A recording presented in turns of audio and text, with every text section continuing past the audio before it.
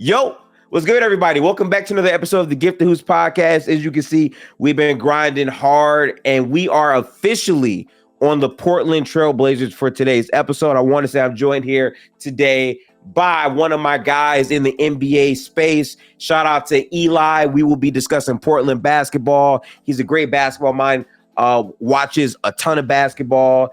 One of the most experienced draft guys I know in terms of his coverage and all that. So he's pretty high on Portland. So this should be a fun conversation. Eli, introduce yourself to the people. Hello. It's great to be on the pod today, Gifted. I hope you're having a good day out there up north, way further north than I am right now. And if I had to introduce myself, I would say a lot of the things that you say, content that's centered largely around prospects, not just, draft prospects like you mentioned in their pre-NBA career, whether that extends to high school or AAU or even further back, but also, prospects currently in the league, right? I think that a lot of the times when guys are in the intermediate period between, their rookie years and whatever ends up being stardom or settling into a career as a role player, a lot of them can be ignored. But I think through the lens that I'm watching basketball right now, at least a big portion of how I watch it is focused on those guys. And that's how, you gain interest in teams like Portland, for example. So if I was to introduce myself, I would say that I am just a enjoyer of basketball, of course, observer of basketball, somebody that analyzes basketball, but someone who does each of these things, especially through the lens of development. I think that's very important for a team like Portland because, again, there's a process into becoming a star player, right? Into becoming a productive role player, right? Into becoming a pretty good team. And these are the dog days where you're basically establishing your core, establishing your rotation, and creating the good habits to make these players grow. And Portland, to me, is in a prime area for development. So that background really matches up with this team. And I think it's going to be a very fun dissection of the team and whatnot. So can't wait to get into it. Make sure to tap into Eli's links. All that will be in the description box below as we officially transition to the beginning of this pod. So I think it's only right to start off with 2024 before we transition to the draft and what Portland has done. They still have a head coach in Chauncey Billups. Last year in the famed Victor Wembanyama draft, they drafted Scoot Henderson as their point guard. And I remember before the draft, a lot of people were super high on Scoot and what he could do as a player. He had a up and down rookie season. I find it funny how a lot of people are just completely giving up on his stock after one season of play, where there were a lot of factors impacting how good he looked, and there's still a lot of room for him to bounce back and become a good NBA player. I want to get your thoughts on Scoot before the draft, and also what do you think he can do to really establish his role and grow into stardom in Portland? Is that still a possibility for him, in your opinion? I think that my thoughts on Scoot were, not too far away from the consensus. I had him number 2 on my draft board, which is, about where the rest of the world had him, either 2 or 3 to Brandon Miller. My take, at least on who, if I was the Blazers at 3, I would have drafted was, definitely in preference to Scoot over Miller. Even in preference to Amen Thompson over Miller. And, that's no disservice to Brandon Miller. But I did really think of Scoot as someone with S-tier bursts, a great change of direction, really good pop off the ground off 1 foot. Vertical explosion isn't really his best trait. He is really vertically explosive, but when people think what makes Scoot an S-tier athlete, what makes Scoot one of those guard athletes that you look at and you're just this is one of those ones, is his first step is lightning quick, about as quick as anyone in the entire leagues. And he changes directions really well. And he's strong. He is strong as a bull. The mid-range game always been a big part of his career. He's always had shooting and finishing warts, at least in recent times. And his footwork is a pretty big issue with him right now. But My thoughts pre-draft were that those were issues that would gradually, get better, gradually increase, as he was able to showcase just like top tier advantage creation, right? Being able to get two on the ball, being able to garner extra attention on drives, being able to use the mid range as a counter, be it how efficient it is, he still, has that in his bag, being able to get to the free throw line. And from there, he is a good passer in a sense, as a prospect at least, in the sense that basic reads he can make with good velocity.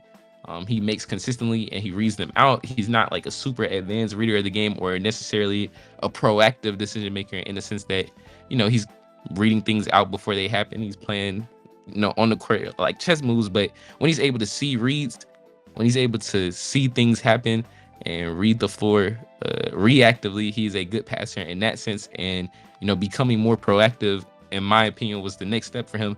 But yeah, my thoughts on Scoot is this is one of the best advantage creation prospects in the last couple of years.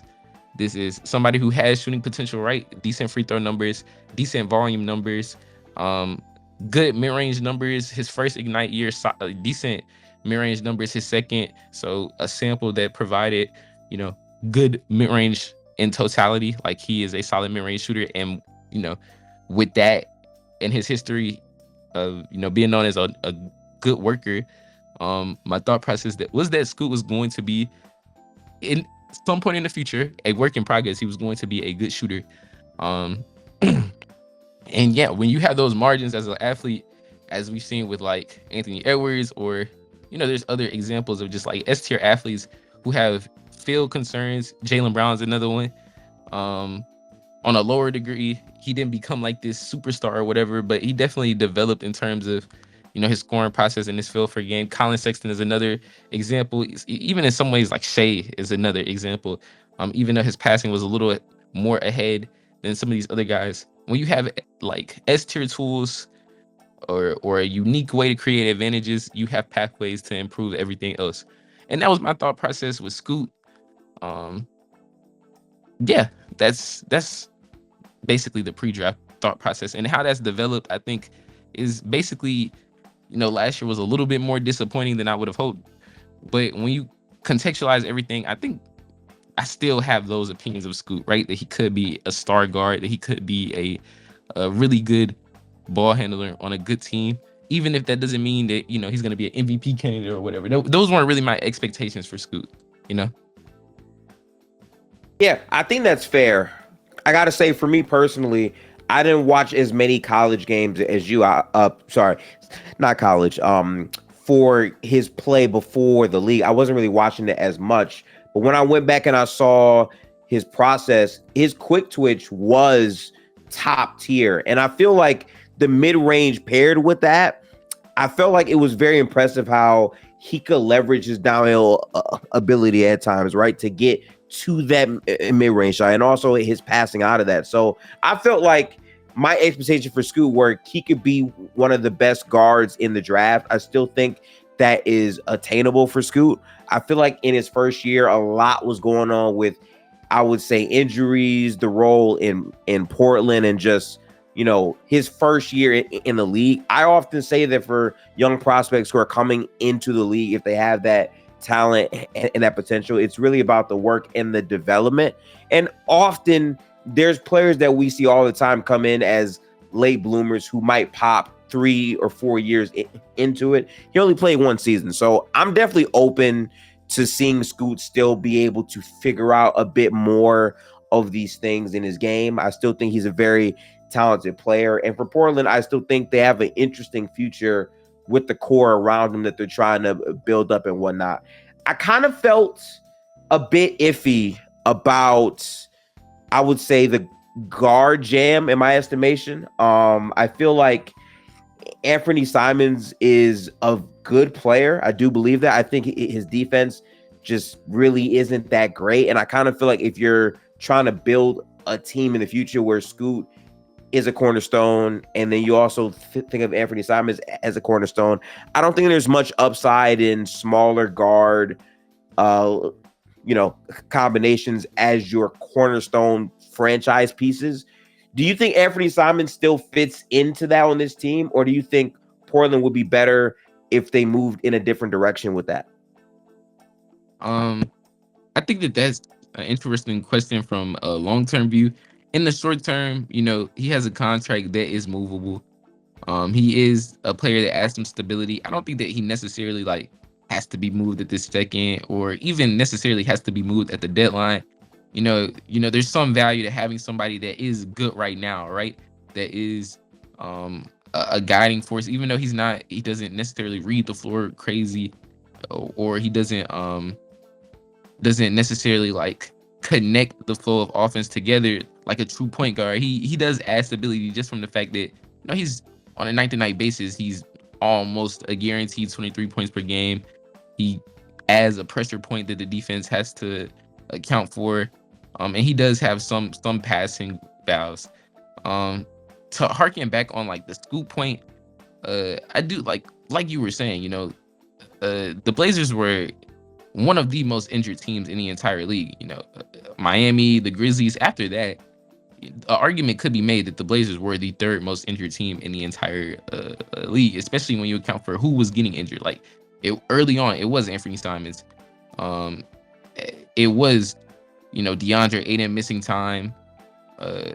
Like basically all of their best players at one point and another missed a decent portion of the series.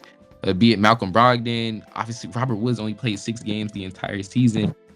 So every player that was there to add stability for Scoot, they missed major time, right? They did not play before the season started in summer league. This affected his off season. He got injured. He didn't really play much of summer league. He only played, the first quarters. And then after a really rough start to the year, he got injured again. Like there a lot of just like rhythm breakups, right? And then while his rhythm is being broken up, his role is consistently changing, right? So you have someone who comes in, they don't really have like a clean off season.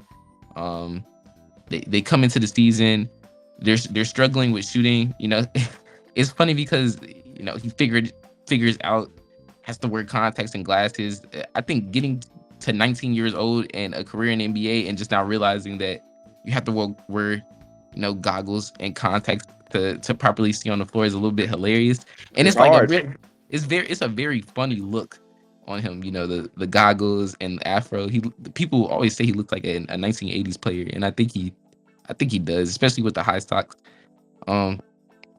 But you add all of that in conjunction, and it's just like a very uneven rookie year. And I think one of the weirdest situations that a rookie guard has ever had, right? Where you have this team that is, when you contextualize for the injuries, like really ugly. Like not even like they're the worst team in the league, because we all know who that was, whether you think it was the Wizards or, obviously Detroit had the worst record. But they were definitely the most uneven and the wonkiest and the weirdest team in the entire league. And the least consistent situation, I think, for any of the top 5 players drafted last year, or you can even extend it the lottery, other than maybe Utah with their logjam at forward. But I will say that I posted about this a few months back. Like there have been not that many rookie guards to score over 5 drive points per game while it's been tracked, right? And if you take them from 2014, which is when it started to get tracked, to 2022, you have MCW. So Michael Carter-Williams, not the greatest, but he was a rookie of the year, was an impact player at one point. Victor Oladipo, Ben Simmons, Donovan Mitchell, Shai Gilgeous-Alexander, Colin Sexton, Trae Young, Luka, Ja Morant, Cole Anthony, LaMelo Ball, Anthony Edwards, and I believe Kay Cunningham, Franz Wagner, and Jalen Green, right? These and then the only rookie last year to score over 5 drive points per game last year was Scoot Henderson. And I think that speaks to like the fact that there are a lot of flaws, but what that speaks to is just the S-class advantage creation that we were talking about. The fact that like there is an avenue for him to consistently score at the rim. There is an avenue for him just like consistently score off the dribble one-on-one that basically nobody else in the class had, and nobody else in the class really utilized. I believe that he led the class in points per game off of pull-up jumpers as well, right? So like his class wasn't really super heavy on creators, and he's still, even Brandon Miller having the year that he did, he still led the way in terms of indicators of self creation, at least volume wise, right? So I say that to say, when it comes to the Anfernee question, because a lot of people in Portland Nation are pro Anthony Simons because he has some skills. Obviously, the pull-up jumper, the jumper off the catch. He's not the process-wise, he's not the most volume driver, but he does have the ability and the athleticism to drive. But I do think that there are a lot of passing warts. I do think that there are a lot of decision-making warts in general, and I do think that the defense is just downright awful. Like there's an argument to be made that he's replaced Trae Young as the worst I was going to guard say that in the entire league, and yeah. I definitely would invest in Scoot at this age before I invest in Anfernee Simons, even though Anfernee Simons is definitely more of a made man. So long term, yes, I think that Simons isn't really a core piece of what the Blazers are building right now, but I think that he's good enough and adds enough stability right now so where he doesn't immediately have to be moved. Yeah, I think that's valid because from what I remember watching Anfernee Simons in his development, to Dame, he really evolved as a shooter at all levels. I feel like last year isn't a fair season to evaluate him as much because he was facing so much injury stuff and he had very inconsistent play. I do think this year, hopefully for Anfernee, looks a bit different. I think that for Scoot's play style, having a guard next to him who can be a knockdown shooter is pretty good value. But again, the defense cannot bleed that much value terribly. And I think that paired with his injury history makes it hard for me to say that that is the guard you want to try to build around with Scoot Henderson. So I do think there's going to have to come a time where they think about consolidation in some way. But I think your biggest points about Scoot stand, right? Like even with his down season, he still found ways to, grow in that creator role. And again, when you're being tasked with creation on a team that was a below average offense, had a lot of pieces that were in and out the entire season, and it's your first year playing NBA competition, obviously the transition phase is going to be different. Finding out that he needed to wear goggles is an adjustment period to the NBA, right? So for me, I don't really give up on the prospect of Scoot becoming that player that people believed he could be pre-draft. I still think that is possible. I just think he needs more reps to actually play through his mistakes in more structure, in a better environment. And hopefully Portland's able to churn that out more this year. I think the Deni trade impacts a lot of this too, by the way. Yep. I would definitely agree with you. I say like another thing is that he was like pretty young, right? He's not like GG Jackson young or anything, but he is a 2004 birthday. For context, I think he's, either he might be younger. He's either younger or the same age as like Reed Shepherd, right? Who was drafted this year. And he played like it's for other positions, especially like wings or bigger players, it's not too uncommon for them to reclass and, for them to reclass and basically like be draft eligible a little sooner. But for, some of the guard prospects, you don't really see too many guards come immediately into the league at 19 years old and like showcase, star level potential or even be like big minute gainers, right? Like it is rare to see a guard at 19 years old play over 25 minutes per game. And when we have seen it, it has not looked pretty. Even like because we talk about how like guard development is. Even Darius Garland, when Darius Garland came in the league, he was. I was going to bring up his name, Eli. That is the guard I was going to bring up. Yeah. When Darius Garland came into the league, he was 20. When De'Aaron Fox came into the league, I believe that he was 20, and he also had like people would call his rookie season disappointing. People don't remember it because it's like De'Aaron Fox. The next year, third and most improved. The year after that, 21 points per game. The year after that, 25 points per game. Yeah. The year after that, down season. Last few years, he really cemented himself as like a top 30 type of player, right? But everybody signs up because you recognize, having a young guard prospect that you recognize playing guard in the NBA, understanding your reads, not just in terms of like processing the floor and coverages, but also, your scoring reads, jump shot development. It all comes with time. Everybody signs up for, okay, we have a young guard who have highs and lows. And then when they actually have to watch the lows, when you actually have to focus and it's ugly and he's dribbling off of his foot and he can't finish 60% around the rim and the jumper is super down at times. It makes my stomach hurt. It's nasty. It's not fun to look at, but it's going to be that at times. It's going to be that at times. And is last year disappointing in a way? Or should it make you worry? Yes, it can. You can say that there are some worries that you should take, and maybe if last year lowered your standings on Scoot Henderson, that is perfectly fine. But I do think that things are going to be it's going to be like an uphill climb when you have a young guard, right? And the jumper did progress relatively, right, as the season went on. The shooting splits especially improved. The last 10 games, he averaged 19 and 8 on efficiency that was only like 4 points below league average, which again, well below league average, but a decent bit better than where it was for the season. I believe he was 8 or 9 points below league average, true shooting percentage wise. So we have a player with the framework to be really good, who has like some debilitating weaknesses, but he's an S-class athlete.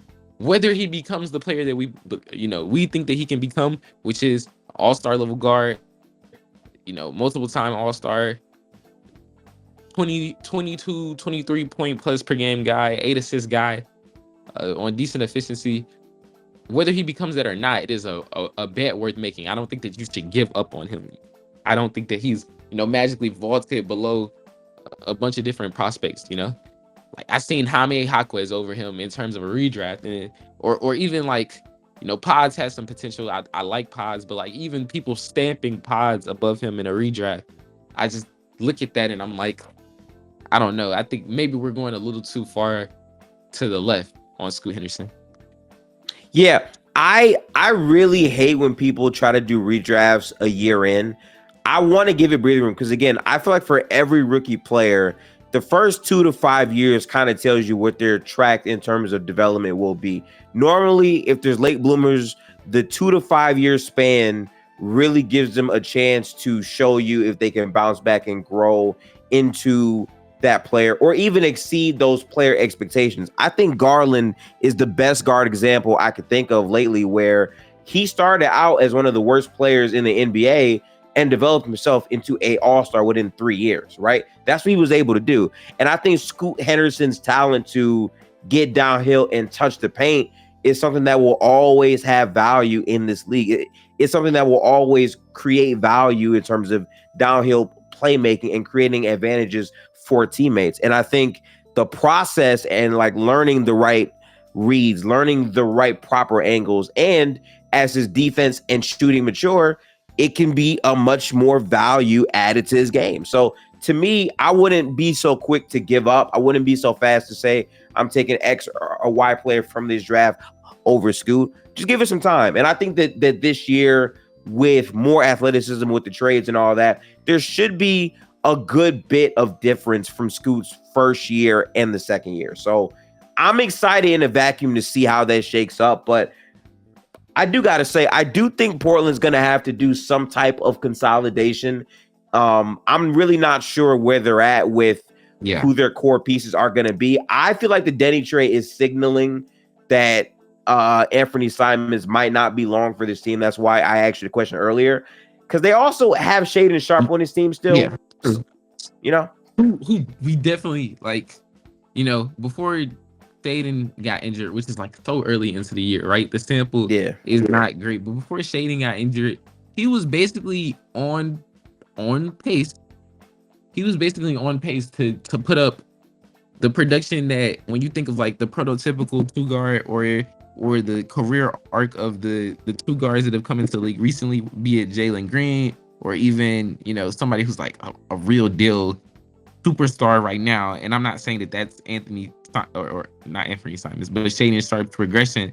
But like Anthony Edwards, even early in the season, before he had his flare up against Utah, uh, he was basically on par to do what they did in their seasons, right? Like 19 points per game, uh, four assists, 6 rebounds on 43, 37, 82 splits.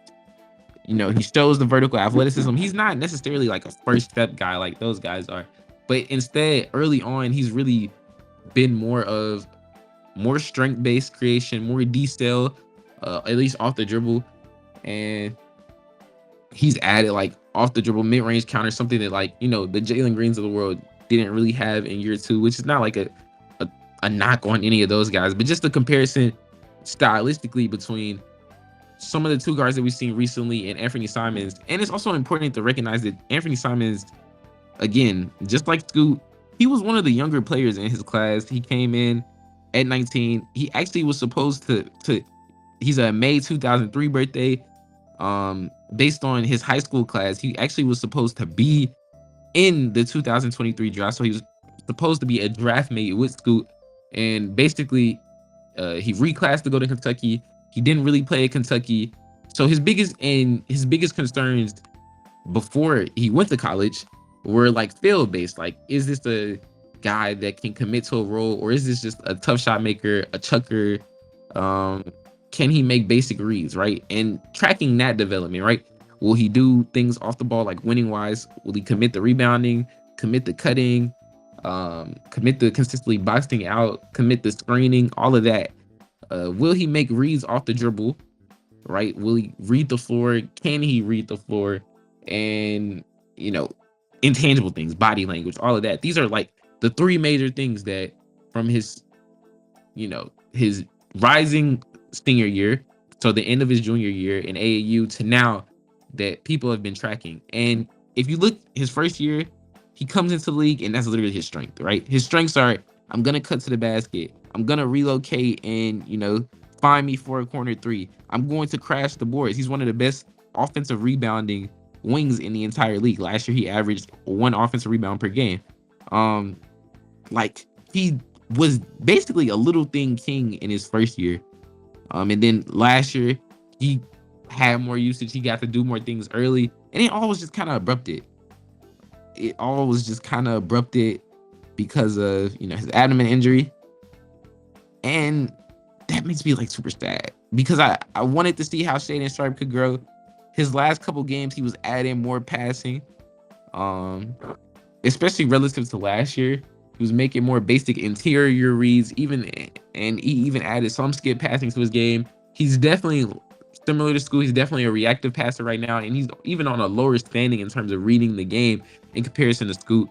But we know that he's like, in terms of vertical athleticism, it would probably be inappropriate to even call him S tier. He might be the best vertical athlete in the entire league, unironically. He's very good. It's between him and John Morant, Anthony Edwards. But I think even in comparison to Ja, you get a little extra credit when it's like he's 6'6" and he's built like a tank, at least in a lower body. He's not right. He's not Anthony Edwards level stocky, but he is like on the bigger side in his frame, and he's able to get off the ground effortlessly. Like, he floats. It's a different style of jump, even in comparison to Anthony Edwards. It looks more John Morant like because he just kind of floats. It's not as powerful. He's like a glider in the air almost.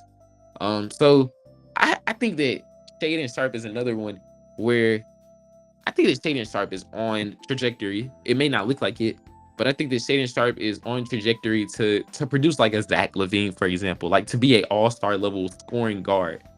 And that's super exciting, honestly. And when you mention like consolidation trades, whether that's Simons or whether that's especially Ayton, like, I think whatever you can do to get both of these guards that we've talked about, be it Scoot or Simons, or not Simons, but Scoot or Sharpe more usage, would be big time, because they're replacing a lot of usage in Malcolm Brogdon already, right? Like when Malcolm Brogdon played with Shaden and Scoot, he was doing a lot of natural point guard things. He dribbled the ball. I think that he was top 10 in dribbles per second in the entire league, or Oh, second, or he was top 10 in dribbles per touches, that is, in the entire league last year. And so was Simons. So if that is off the table, right? Not only Simons, but the fact that we know that they moved Brogdon, then there's a lot of usage potentially on the table for both of those guys, and we can see how they develop. yeah. And like, again, I got to be clear, right? Shaden Sharpe played 80 games in his first year. He played 32 total games last year. Like, I cannot say the injuries, like Portland, again, Eli, as we said earlier, was one of the most injured teams in the league last year. And I think the most unfortunate thing about a player going through that is it takes away from the time that they could be in development mode to be learning better skills, right? To like enhancing their strengths. They have to spend that time instead rehabbing and trying to catch their good rhythm back. Like, these players got their rhythm interrupted by their time on the court being broken up because of these injuries. So to me, a big part of your overall development is getting stronger and trying to be more durable. But if you don't have the body to be able to have that, it's just unfortunate, right? Like, these injuries do happen and they do impact their overall careers. But Shaden Sharpe as an explosive detonator is a real thing for this team.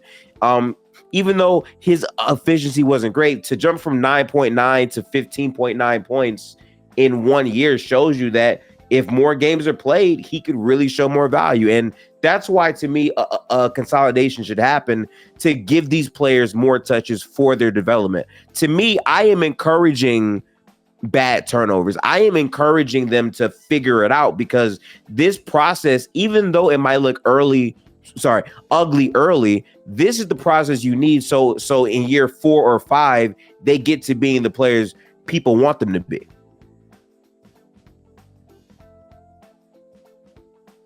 Yeah, I agree completely.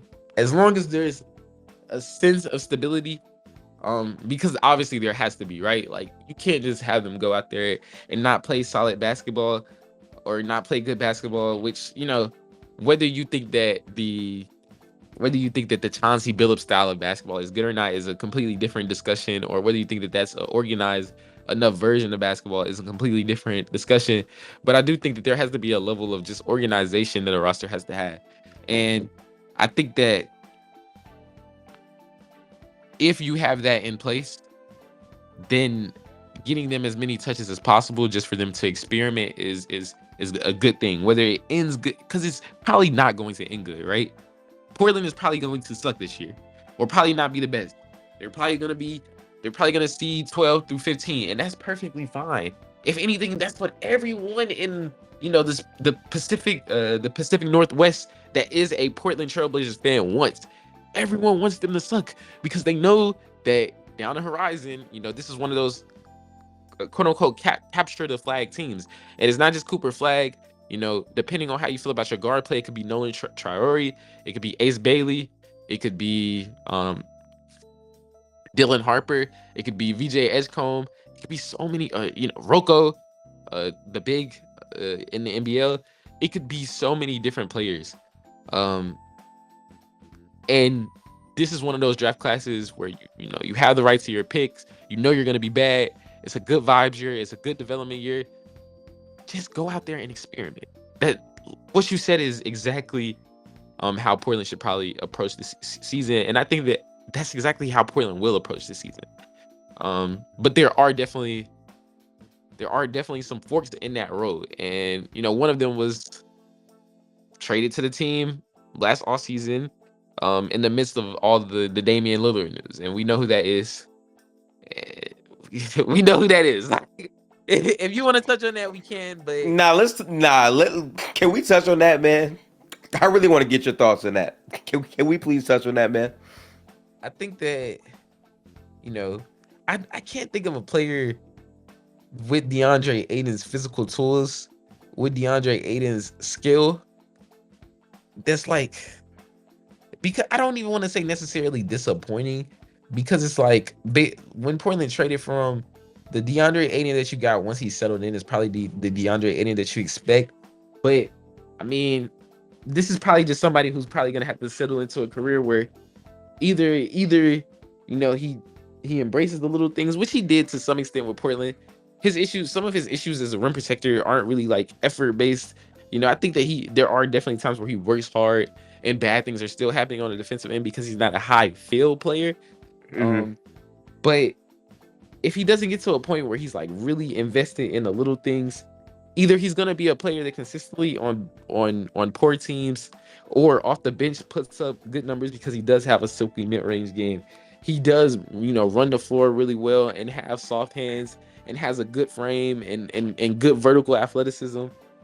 But he just doesn't do a lot of the things that like you want a five to do. When you think of a five, Yes. beyond like quote unquote positional value in the NBA, there's just like some core things that a five has to do, right? Limit offensive reboundings for the other team, right? Which is synonymous with grabbing defensive rebounds for some people, but also goes into boxing out, also Mhm. goes avoiding deep steals, communicating, Good screening. communicating screening, and also like communicating like when cuts come or when guys crash, like all of that in combination. Obviously protecting the rim is one, but like making sure that rim shots don't happen is just as important. And then like the other one is on the other end, you have to cause those things, right? You have to get offensive rebounds and you have to screen, right? You have Yes. to make an impact and make the life easier for your guards, and however that is. Unless there are some guys that just break the game, right? Joel Embiid, even though he does these things, Joel Embiid doesn't have to screen. Joel Embiid can catch the ball basically anywhere on the court and is a threat to score minimum a point per possession from where he is at. Yeah. Nobody else is like that though. So you have to encourage ball movement, whether that is through you passing the ball in a short roll or you extending advantages, or that's through your screening, activating angles for guards to create advantages. And the best bigs in the league right now, they all do that. They all do that, right? Whether that be Bam Adebayo, whether that be Anthony Davis, whether that be how you feel about him, Domantas Sabonis. The best ones that aren't like high level creators off the dribble, because there's only two of those. There's only two guys in the league that are bigs and are high level off the dribble creators that function basically as guards, as their team's primary creator. They all do what I'm talking about, and DeAndre Ayton does not. Even though I can't say this enough, man. DeAndre Ayton has been one of the most confusing players that I've gone through the motions with, because when he initially came in on the Suns, I was high on what he could do.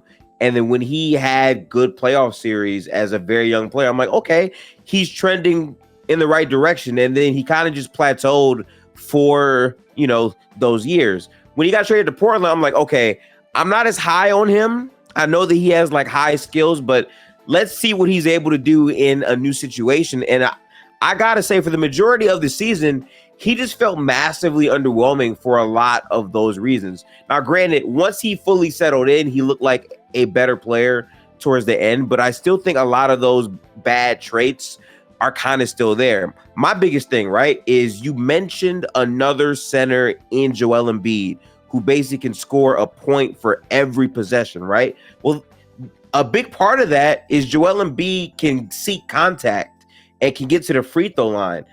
Ayton is such a contact averse player. Like historically bad. Yeah. At one point he had a free throw rate under 20. If you draft the guard prospect, right, and they have a free throw rate as low as DeAndre Ayton's, you're like, can he do anything? Does he meet the athletic threshold to be an NBA scoring guard, right? That was the concern with Reed Sheppard, right? Reed Sheppard, I believe, had a 19 free throw rate. That was the concern with Bub Carlton, right? Bub Carlton had a free throw rate in that range. Like, are they athletic enough to be NBA guards. And then it's like Deandre Ayton, who moves exceptionally well, who jumps exceptionally well, who has broad shoulders and a decent frame. He has a free throw rate that is equivalent to them. He has a free throw rate that is like in the range of CJ McCollum. That's embarrassing. Yeah. And that's my problem with him. Like, you have to seek contact as a big on both ends of the floor. If that's through rebounding, if that's through hard screens, if that's you fighting through screens, if that's you trying to establish position on box outs, or if that's you trying to draw contact to get to the free throw line. If you're just being contact averse, that doesn't hold much value at the 5 position. And that's been my biggest problem with them, Eli. Can we play a really quick game? Because I know we've been here for a little minute. But give me any guard that you think of, and like you think of them and you're like, oh, they don't get to the rim. They don't get to the free throw line. Give me a name. LaMelo. Okay. Last year, do you want to know what LaMelo Ball's free throw rate was? What was it? LaMelo Ball's free throw rate last year was 24.6. Not great. The year before, basically 16.9% of his true shooting attempts came at the free throw line. The year before that, 19.4. His rookie year, 24.6. For his career, 20.7.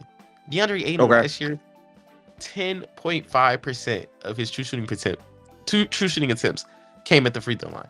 He had a 10.5 free throw rate. His free throw rate is half as much as LaMelo Ball, somebody that you just mentioned is notorious for a lack of paint touches, notorious for, not being, relative to his size, at least the most athletic guard in the league, basically, right? In terms of vertical athleticism, in terms of strength, all of that. He doubled Deandre Ayton in terms of free throws. I can't think of a big who he had one less than 1.5 free throws per game as a 5. It literally doesn't make any sense.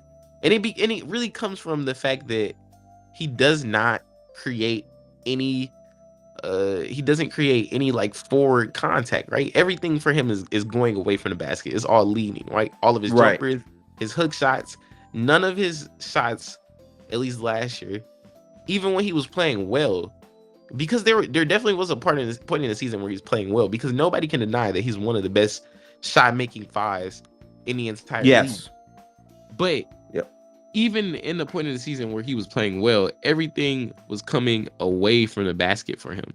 And it's just not a way to live in the NBA as a 5. Maybe you can be impactful in terms of putting up production, but you can't really impact team offense consistently. Always every opponent recognizes that if DeAndre Ayton turns over his right shoulder, it is a fadeaway jumper. If DeAndre Ayton turns over his left shoulder, it is a hook shot. And there's nothing else. There's no other variance going to be done. He a very inconsistent passer, doesn't really process or have that many counters.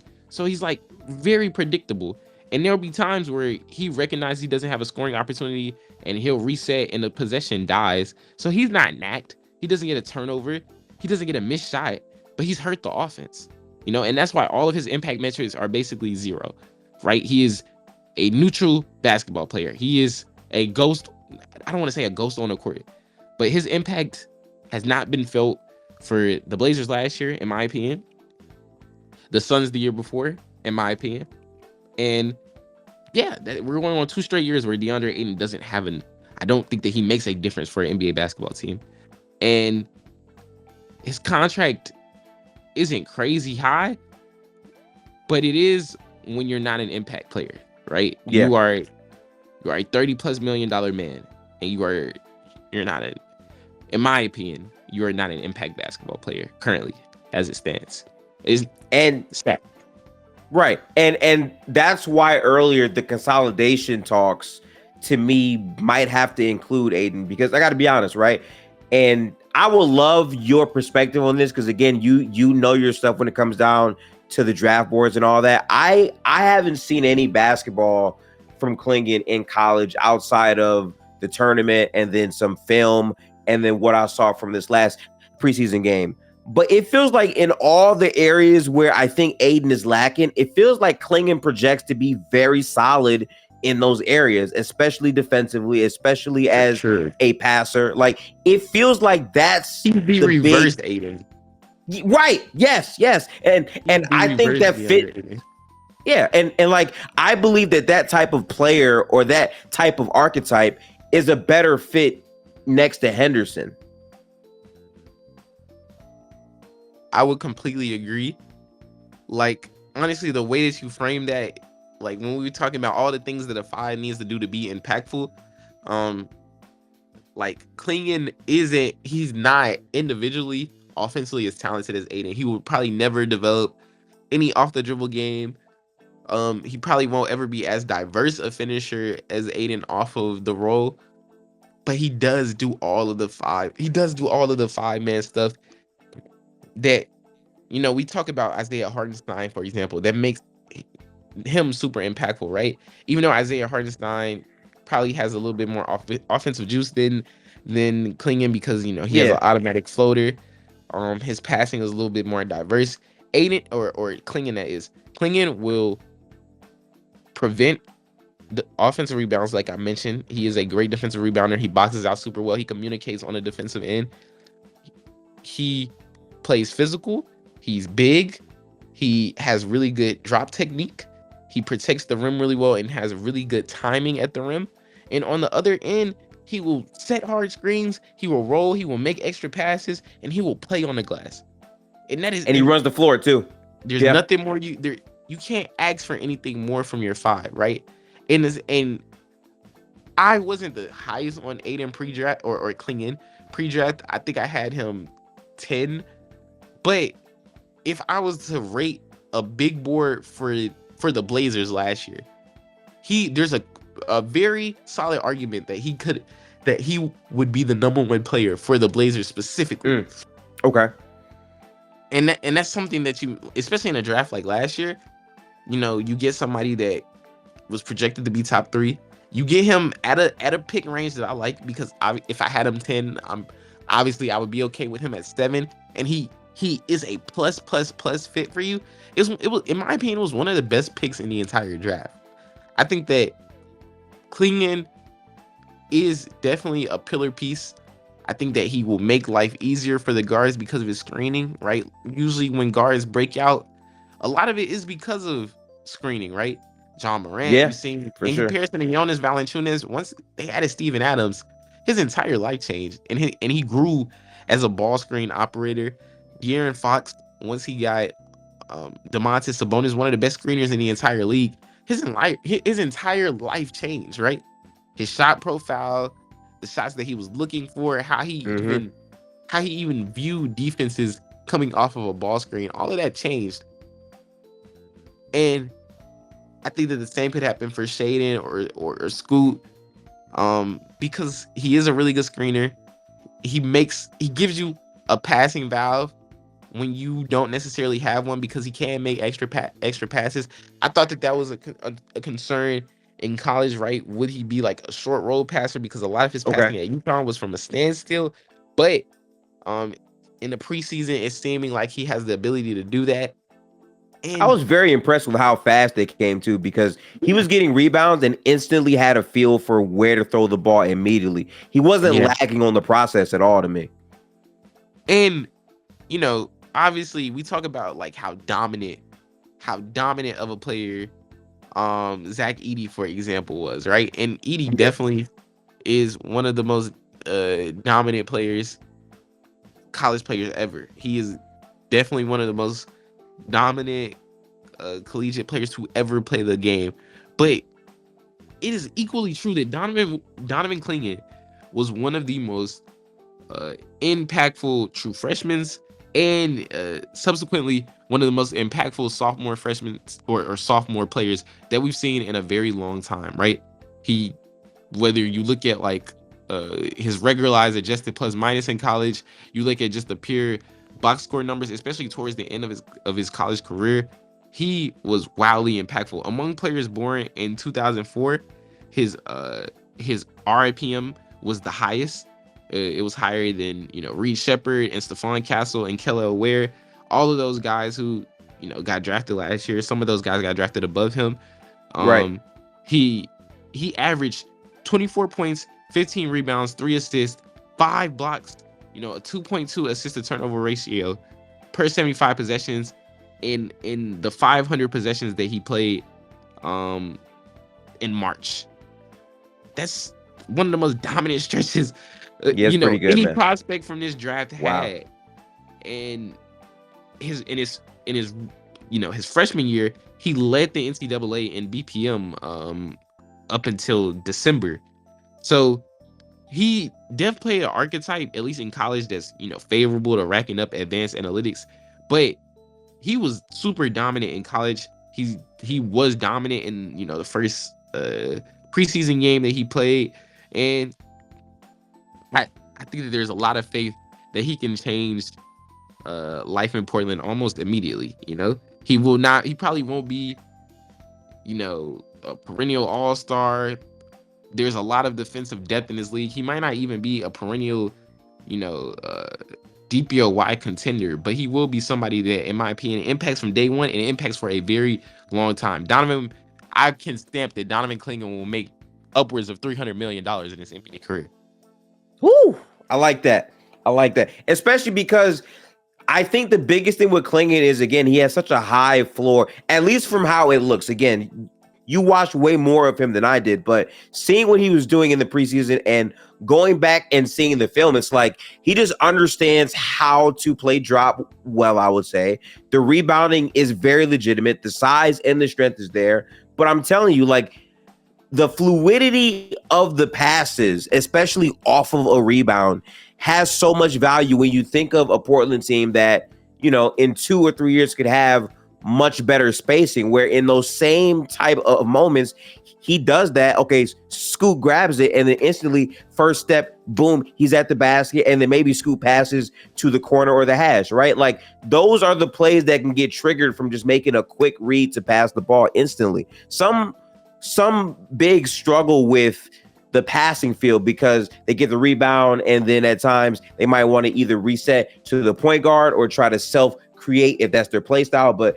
for him to just understand the feel and do the fundamental things you need a big man to do, I think that's what Portland needs, like structure and fundamentals. And he provides that in his first year, at least I believe. I think he'll be very good. I was very impressed by him. Yeah, I think that he has the potential to be a really, really good player. And I think that I said this, I tweeted this. Portland basketball just looked a lot more functional with him on the court. I think that there's a chance that he's already the most impactful center on the roster.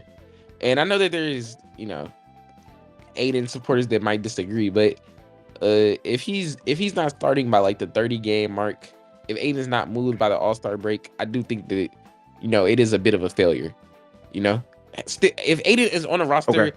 if Donovan Clingan is not like, if Donovan Clingan is not playing upwards of 20 minutes per game, he's pretty big. Minutes per game and injuries, they were somewhat of a struggle at UConn. So keeping those loads to some extent isn't the worst thing in the world. But if he's not at least a feature in the rotation consistently, it's what people describe, like Onyeka Okongwu and the what's in why am I blanking on his name? Clint Capella, the Onyeka Okongwu and Clint Capella situation. That's what it would be to almost a completely different magnitude in the Clingan situation, because I think that Clingan is probably a better prospect, at least at the center, than Okongwu without any development in terms of Okongwu's like intermediate game or driving game, just because he's big. Like he's Right. 6'2" or 7'2", that is 7'2" with a giant wingspan, and He's a true center. Yes, he's like an actual 5. So there's Right. not even we'd be too small. There's no excuse. There's really no excuse other than So then what teams do you think will be interested in buying on Deandre Ayton if you had to like choose random teams that would have the cap and would think, okay, we would be down for doing that swap? Do you think Portland would have to like include assets to get that done? that is a very loaded question.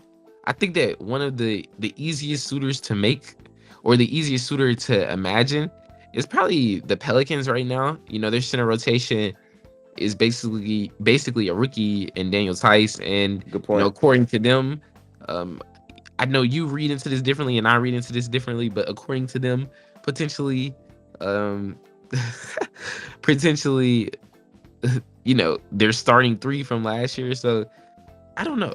I think that the Pelicans are probably a pretty easy suitor, and it's a suitor that I think is pretty popular among like people who use trade machines a lot.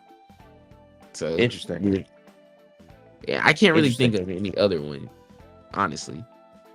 Yeah, I think a lot of the beginner days of the season, I think they're going to try to involve Ayton a lot in his usage to at least inflate his value, because we know that many teams in the regular season, once the first games subside, they look at players hyping up their impact in those ways. And sometimes they'll buy higher based off the short sample size they see. So I wouldn't be surprised if Portland didn't give Clingan that opportunity until much later in the season. Yeah, yeah, I definitely agree with you. I think that I don't think that you have to quit on DeAndre Ayton. Like, I don't think DeAndre Ayton is a player that hasn't earned uh like some investment from NBA teams, right? If an NBA team, especially a team like the Pelicans, where they literally don't have a center, I know that he's probably better. I know he's probably better than Misi. I know he's probably better than Daniel Tice. Like, not even probably, undoubtedly, he is better than those guys. Yeah. Um, so there's that, But just right now, he definitely has his impact warts, and I think that it's kind of like his biggest issues also interact with the development of the team, and he's also at an age where you don't want to develop him. Can't develop him. You don't get anything out of the project, quote unquote. So it doesn't work for the Blazers, but that doesn't mean that it can't work for anyone else. That's fair. Yeah, I think that's definitely fair. I'm surprised we spent so much time on Aiden, but I feel like that was an important conversation that had to be had. I think we waited long enough, Eli, to get into the final point here. They traded for Deni Advija, and I know that you're high on Deni, if I'm not mistaken. Deni's gone through a lot in his career, and I felt like he was starting to figure things out. And then right when he was doing it, Washington pulls the trigger and traded him to this Portland team. I'm really curious as to what you think he can provide and how you think he really shifts the timeline and really impacts the core of this Portland team. What impacts do you think Deni will have on Portland? I think that Deni is, Deni is one of those players that, independent of his usage, he will play how he plays, right? He's like, at least up to last year, off the catch, he shot a good percentage, and he has like good closeout ability, right? Good closeout footwork, good speed, playing off of closeouts and playing off of advantages, and he's a good finisher. On the other end, he has like really good switchability. He can guard multiple positions. You'll see him guard the ball. You'll see him guard wings. You'll see him at times, guard fours. And his biggest strength, and also something that we talked about, like how the Blazers' biggest issues, or at least Ayton's biggest issues, like rim protection, avoiding the other team getting offensive rebounds, how like Clingan, like, quote unquote, fixes those or addresses some of those. One of the issues that the Blazers had is they were one of the worst transition scoring teams in the league. I think that they were actually like statistically the worst in terms of points per possession. And Deni is one of the best like transition pushers in the entire league, grab and goes, or like hit ahead passes. Like, Deni does all of that at a good level. He's an above average rebounder, in the minutes that he's gonna have to play with Ayton. And he just like solves problems off the ball defensively, and solves problems in terms of connecting the flow of offense. He doesn't have a pull-up jumper. That's a really big weakness. He doesn't have many handling counters. But he's like, in terms of everything else, as like a role player, in theory, if the shot continues, like he's in that Jalen Johnson mode of like the big wing that is basically perfect for playing next to very, very, very good players. Right. Um, there aren't that many on the Blazers, but I think that he's, you know, uh, there's a quote going around, and Chauncey says that he didn't say it, but I would say that he's the best player in terms of impact, at least on the Blazers right now. He's their most impactful player. He's their best player, and I would argue that it probably shouldn't be debated. Okay. Those are very strong points. I do want to emphasize the point you made earlier about how bad Portland was in transition.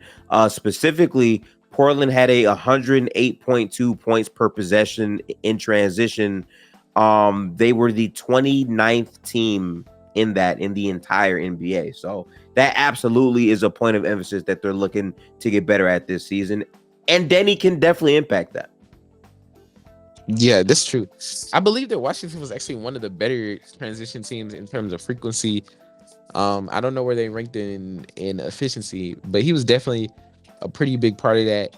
And yeah, like I think you've seen it a few nights ago. He will basically do all of like all the things that you want your 3 or 4 or your big wing, whatever role you think he plays, because it's not like super defined. What position he plays, he can definitely take up minutes at the 4 depending on the matchup or depending on the situation around him. But when you contextualize, like, when he is playing with the advantage creators, when he is playing on a good team, I think that Deni is basically like a dream player for like all the really good teams. Like, I know you're a Warriors fan. I think that Deni will be a dream player for Golden State or Sacramento, or Denver has a couple of non-shooters. But if Deni was in place of Christian Braun, I think that the Nuggets would probably be in the position They're that they very were. good then. They'd probably be in a position that they were a couple years ago, right? And that's lifting up a championship.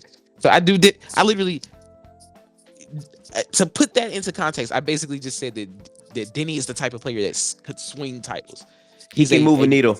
He's a needle mover in this league, and Yeah. he's on the Trailblazers, and he's also young, and he's cheap. He's so cheap. He's very cheap with that contract. Basically, Yeah. he basically makes the mid level. That's why I didn't understand why the Wizards traded him, Eli, because he was starting to get better and really figure things out. It felt like they sold way too low. Yeah. At the same time, though, you get a first round pick. That first round pick ends up becoming Bub Carrington. But yeah, Deni, I mean, just it shows up in his statistical profile too. Like, what hole do you want to poke? Like, 62 shooting percentage. That's good. The 3-point rate is kind of down, but it was down last year at least. Before his career, it's almost 40.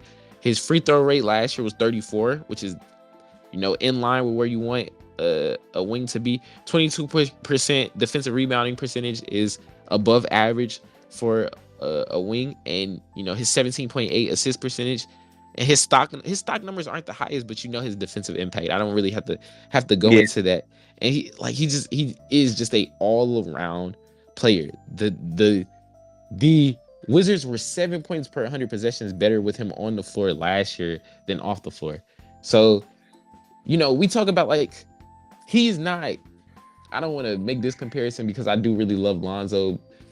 He's probably not the basketball genius that Lonzo Ball is, but in a similar way that when we talk about Lonzo, we talk about like how he does small things, like he'll switch guys out of certain matchups. He'll call coverages in transition. On the other end, he'll cause havoc in transition, and he'll connect plays, and he'll organize offense off the ball. All of those things Deni can do at a high level. So when I was talking about order and stability, Deni is one of those players who way more, in my opinion, he way more than Ayton and even way more than Simons, just because of what he does in comparison to them. He adds stability while also being young and also being cheap for a team that was at one point not the youngest definitely not the cheapest. They almost were at the second apron, Mm-hmm. and definitely not the smartest. They literally were. You don't want to be expensive and bad. You like those are literally two of the things you don't want to be, and they immediately got out of that. They got out of that. Draft night was just a beautiful night for the Blazers because they got the perfect fit for the team. Like I said, an A++ pick, and they turned their other pick that they got from you guys, not the not the rub it in or not the rub it in or They nothing, did. but they They but they did. got their other pick and they turned that into okay, we're gonna get below. I believe that they're below the first apron now. We're gonna just be a normal taxpayer team, and we're going to get a player that's young and adds stability. So, just a perfect night and a perfect player, Deni and Clingan, just perfect I ads for like Portland. those two on the floor together for sure. I Perfect definitely want to ads see for those Portland. lineups. Yeah. Yeah, Yeah, man. Absolutely. I I will say this, right? I didn't watch a lot of Portland last year because the injuries were just a lot and it was kind of hard to watch them in a lot of spots, but they actually played in a lot of closer games. I think having these impact players in these moments to help impact basketball is huge. And I think that they can make a world of difference for a player like Scoot who's going into his sophomore season. So I'm definitely excited to see like how that shapes itself out. Also, what Portland can get back in these consolidation trades. I can't imagine they're going to keep Robert Williams on this roster much longer either. I'm curious about or that. We'll see what potentially happens. Jeremy Grant. Jeremy Grant could also get moved because there's many teams that would like a wing of his profile. So I can see it. I think Portland could have a year where they basically become a fire sale team, and then after the deadline, that's their real team for actual development. I can really see that happening for them. Yeah, that's definitely true. Personally, like, I don't. I think that right now they're in a solid position. It all hinges on what they do. Um, it all hinges on what they do coming out of the All-Star break. Whether whoever is like, in all likelihood, there's a very small chance that they manage to get off of Simons, Ayton, and Jeremy Grant's contract. Right? It's hard to If see I that happen. Yeah, if in one season. Yeah. ideally you get off of two. If I could pick which one I would like to keep, um, ideally it would be Simons, just off the virtue that you know you have him for a couple more years. He's the youngest, and you could just run it back. You could literally just try to do it in the off season. Whereas with Ayton, um, things get a little bit more iffy when teams, even though when teams like would potentially have to pay for him, like for another contract, like teams would have to potentially like him in for another long-term contract, or maybe they just want the cap flexibility and they buy him out. Yeah. Whatever happens, but there's like, I think that your suitors are a little bit less flexible potentially, or possibly with teams doing the latter, it could be more flexible. But if Jeremy's still on the roster, you know, it becomes like, what are we doing? And that's how it felt last year. It can't feel like that again this year. I thought that the Deni trade definitely rectified what was looking like almost completely running it back. At this stage, if you could just get a second rounder for Robert Williams and somebody, so and somebody buys out Time Lord, or somebody falls into Might the be the trap Knicks. and thinks that they can keep him healthy, that would be great. You didn't like give up. It's like there's not much you can do when he's that injured. When he's Yeah. It's not I much. think that he's basically what Clingan is, right? He's not as tall, but he's definitely more athletic. He's a good player. It's just the injuries hold back the value. Yeah, he's Sadly. Yeah. a great helper and passer and finisher. All of that, has his limitations in terms of doing anything more than that. But in a simplified role, he definitely was a really impactful player for Boston. But it's just like he's injured to hell. He's I think probably cooked, and that's super sad to say. He was a really fun player to watch at his pinnacle. But if you could literally get anything back for him, that's a win. That's a W. I think But Boston might actually take a flyer on him as their third center, which would that would make a be lot of interesting. sense because of the injuries. That would be interesting. But all of these players have value at the very least, except for potentially Ayton. The Knicks situation that quickly solved itself, but Pelicans are definitely still a team in need of a 5, so that's probably something you should monitor. The Jeremy Grant situation I think Jeremy Grant potentially has a bunch of suitors. If the LA trade actually was ever like a really big thing and they were ever considering 2 firsts or giving up one of their young prospects and Rui, that's like no brainer. You probably do that, yeah. No brainer. If I'm the Portland Trailblazers, I do that. Even though, like as you know, I'm not the biggest fan of Rui. Getting draft compensation for Jeremy would be good because again, the same way that I say Ayton is a talented player and could potentially help the Pelicans, even though he has his warts. Jeremy Grant, I think that Jeremy Grant could basically help any team in a role where he's more off ball and he's more of a secondary rim protector and he's not. I mean, he's shown that before in the past. Yeah.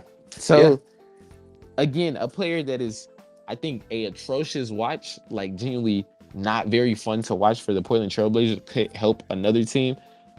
Ayton could help another team potentially. Simons in a secondary role and a bench role could help a plethora of teams. The Magic are a suitor that's brought up a lot of the times. Yeah. So we'll see, but this is probably a team with 2 converging timelines at the very least. 3 guys that probably aren't a part of the long-term goals. A bunch of young guys that you're assessing their value, and then picks down the road, that they have control of their own destiny. And that's something that you can't really say for too many of these other young teams, right? A lot of these other young teams are in positions where they have other people's picks because they gave up picks at one point, or like the Nets, right? You don't want to be in that position. You don't want to be in the Nets position, or they have too much money tied up to other guys. But the Trailblazers, right now, at the very least, are not in that position, and that's a pretty fun place to be in. So the vibes are up in Portland. I think Portland fans are excited for the season, good or bad. They're just excited for development. They're just excited for their team to be up and down. I think they'll be one of the league leaders in terms of pace, in terms of early shot clock shots, in terms of time per possession spent on offense. All of that, I think that they'll be pretty high up in that ranking in terms of quickness. And I think that it'll be a relatively fun brand of basketball as long as they avoid the half court and they avoid ball stopping and they avoid bad shots. So the vibes are up in Portland. For sure. Yeah, man. Yeah, I do have this team as a team where I'm looking at the potential, because again, I think the funny part about teams like Portland is that they're one of those teams where in the short term you don't want to watch them, but again, this is where you see the beginner days of the overall development of the team, the players, the franchise, the core, and all of this. And then once they start to make these changes in the next 5 or 6 years, we know how fast a year it moves in the NBA. You can see this team go through a lot of rapid overall changes to be a completely different team in times past. So this season is a good step towards that. Yep. And they have a group of wings that we didn't even really, they're all kind of developmental pieces, all second rounders. We didn't really get to talk about them. Chris Murray, Ryan Rupe, and Tumani especially has been exceptional in preseason as a finisher, as a defender, using his strength and physicality. He definitely has some field concerns, which were my biggest issues with him before the draft. But a bunch of people I knew, or not a bunch, but 3. The draft Twitter community isn't that big, so if 3 people had the exact same opinions, the draft Twitter community, you'll be like, oh, a bunch of people I knew. 3 people I knew, this was not a popular opinion at all, had a first round grade on him just because of that. He has the ability to get to the rim. He has the strength. and screen navigation and overall like a bunch of things like hand size and hand-eye coordination to be a good defender, which he has been at the NBA level. And I think that the finishing has just been just beautiful, especially it was last year, and it's been even more beautiful off the dribble against NBA competition in the preseason. So Yep. I think that Tumani is definitely a piece for the future, and their big man group, even beyond Ayton and Clingan, is something to monitor, at least because of the presence of their third center. So I think that the Blazers they're a fun team to talk about just because they're one of the more confusing teams in the entire league. Whether you think Definitely. whether you think like it's a good thing or a bad thing, they're one of those teams where the roster is like it's just funny. Like there's literally no other way to describe it other than funny. And the direction that they're going in is a little less defined, and that's a really fun point in time to be in for a fan, because you Yeah. don't have to really worry about wins and losses. Everything is in the spirit of development. So And yeah, the we season didn't. will like provide those answers for us, really. Yeah. So why did I forget Duop Reed's name? I said their third center. Yeah, Duop Duop Reith Reed is there was too. Yeah, that was obviously that's who I was referencing. Jabari Walker, Matisse is probably another name that you want to see moved, but yeah, like we touched on the core pieces, the core names, and my expectations for this season are basically like stylistically a repeat of last year, but with way better vibes. A very fun 26, 27 wins potentially, anywhere from Okay. that 22 to 27 win range. But fun. It'll look good, and as long as it looks good, that's all that matters. It looks good, and players take steps.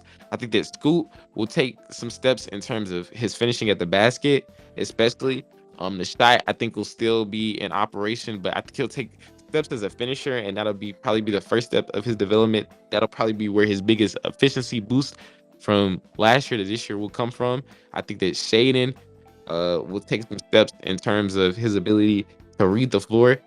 Um, I'd expect him to average, four versus like 3.5 assists last year. I expect him to average 4 assists or 4.2 assists, the Mm. increase in potential assists, and maybe a leap that isn't even necessarily, or jump I should say, that isn't even necessarily represented statistically. I expect Clingan to have a clear impact, and I expect them to play fast. Tumani, I expect to take a step forward as well. Okay. I got one last question for you about Portland because we've touched on pretty much every aspect of this roster outside of one thing that we hinted at the beginning. Is the coaching position for this roster in Chauncey Billups, is that something that also has to change for this roster to fully realize their vision, in your opinion? Or do you think Chauncey Billups can make it as a coach? I think that Chauncey Billups is, a good locker room presence in terms of managing personalities and providing mentorship and leadership and like just being a good person to be around, and a person that people seem to like and perceive as a good person. Yeah.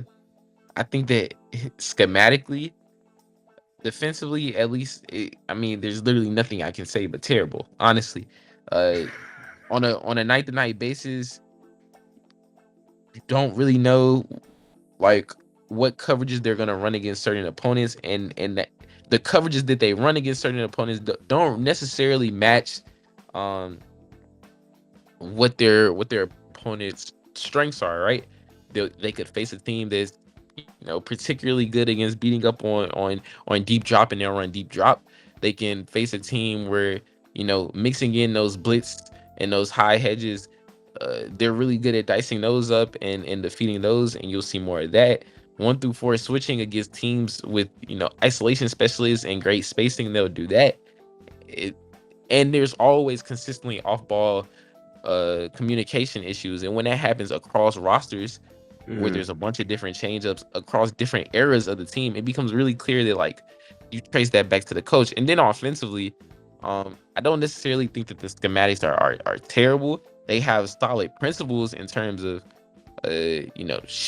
sharing the ball to some extent, utilizing guard to guard DHOs and just east to west movement.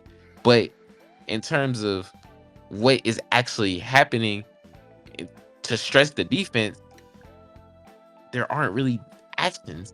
It's just the principles. It's the thought process of what a good team-oriented basketball should be. It's kind of like they play basically like a high school team on both ends of the floor. So you say like it's like bare bones basically, and yes, it's not really fleshed out like that.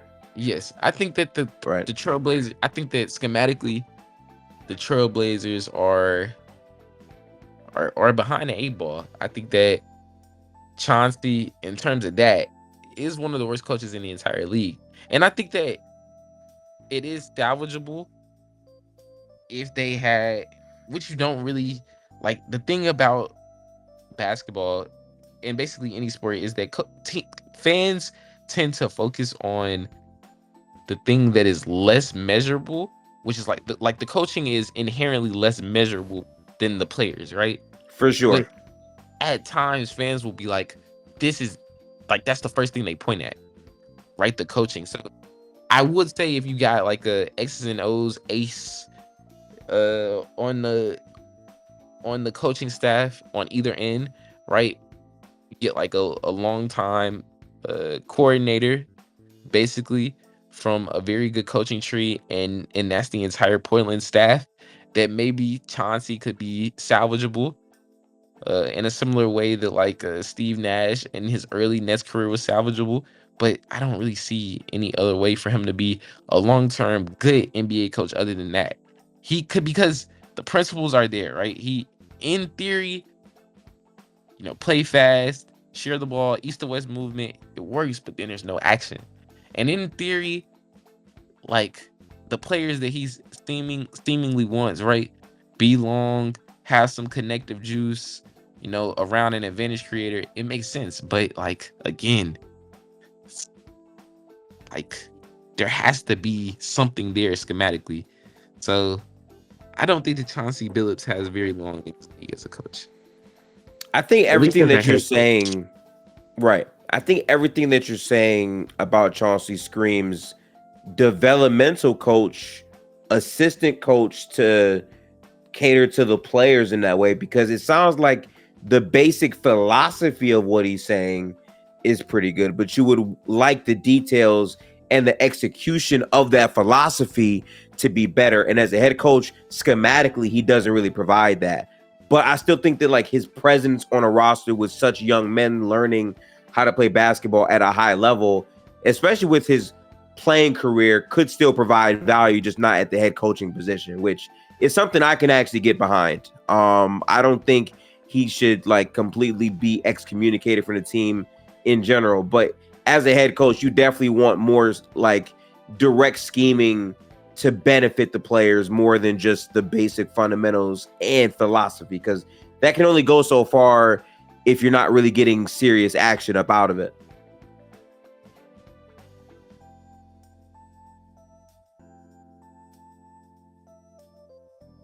Yeah, that's exactly what I'm saying. That is exactly what I'm saying. So, yeah, I think that Chauncey definitely still has a career as a assistant coach. I just think that his promotion to head coach probably was too soon.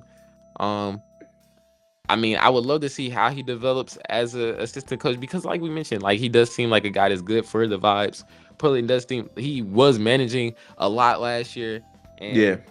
This definitely like giving a team that definitely didn't have a championship roster, but had contender expectations, and you give it to a coach who's coaching, as a head coach at a high level for the first time. It definitely wasn't the best situation, in a similar way that like the Lakers with Darvin Ham. Hey, these are the cards that he, and I think that in a game of like Jesus Christ, I can't think of a card game, bro. Give me a card game, bro. Spades. In a game of spades, he walked away with nothing. Like he reneged. He reneged. Oh Done. man, He's done. So yeah, that's my thought tough, process.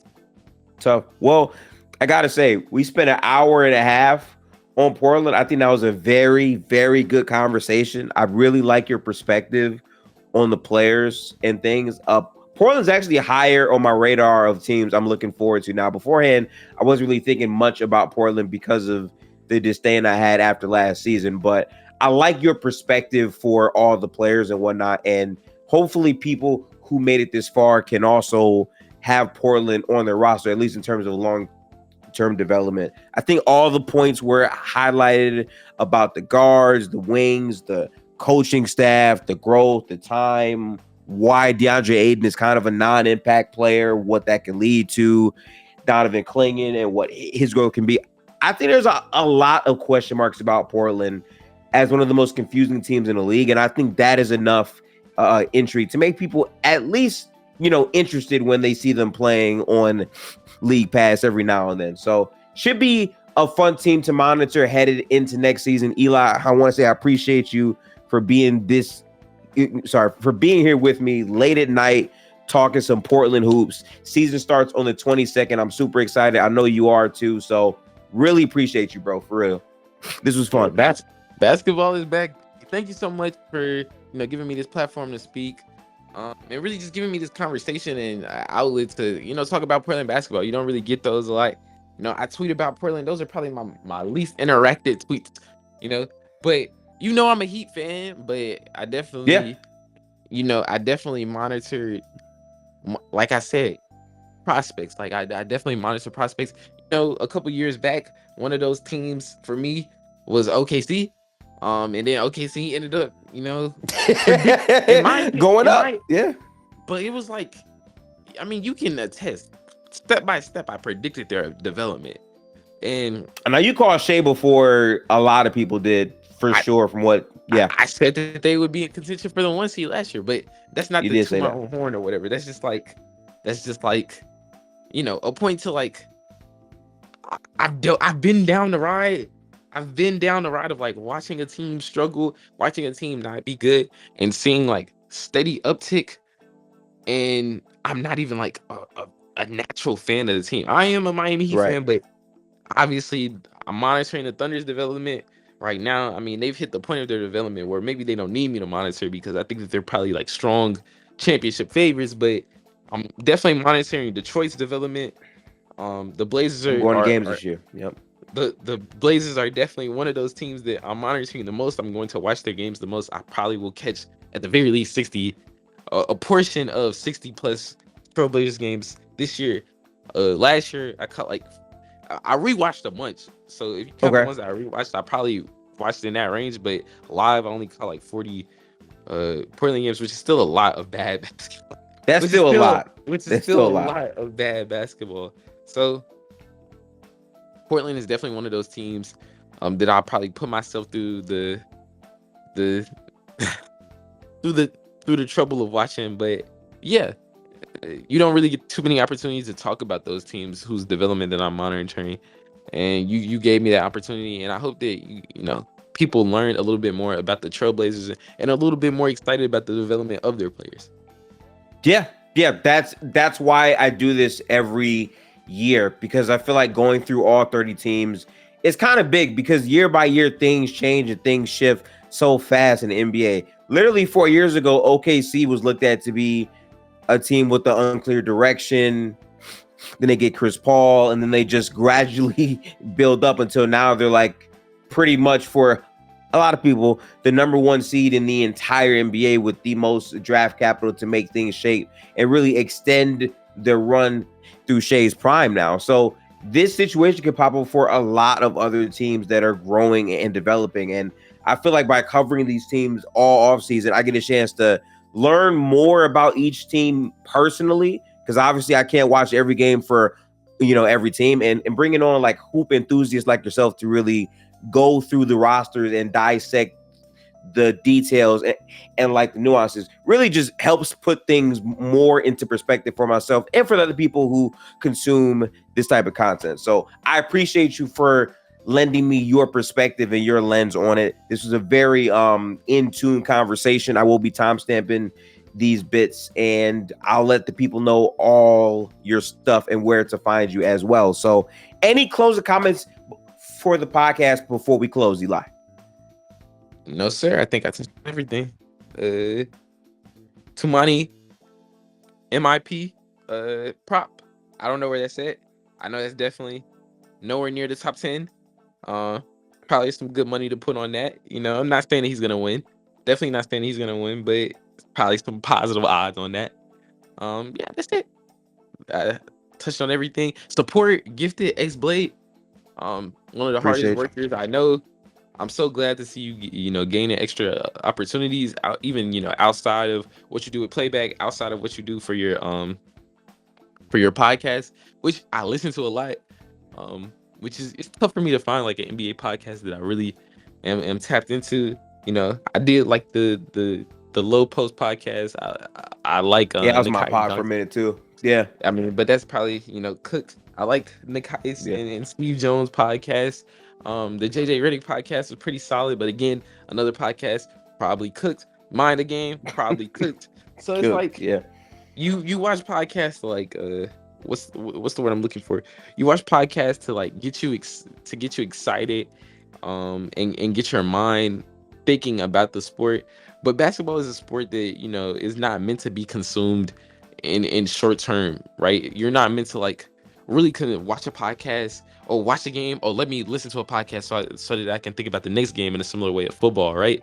Because there's less games. You need a larger sample, and I think that your podcast is really focused on attacking those large samples and looking at the information from the views in which we have, whether it be 20 game, 40 game, 60 game intervals, multiple year intervals, and you really break down that information, and you're also like open to learn. So support Gifted. That's really the biggest thing. Support Gifted. My God, man. Again, I'm only in year 2 of the pod, so like I'm trying to fine tune all of the details. I just want to challenge myself and be open to learning more and more and more.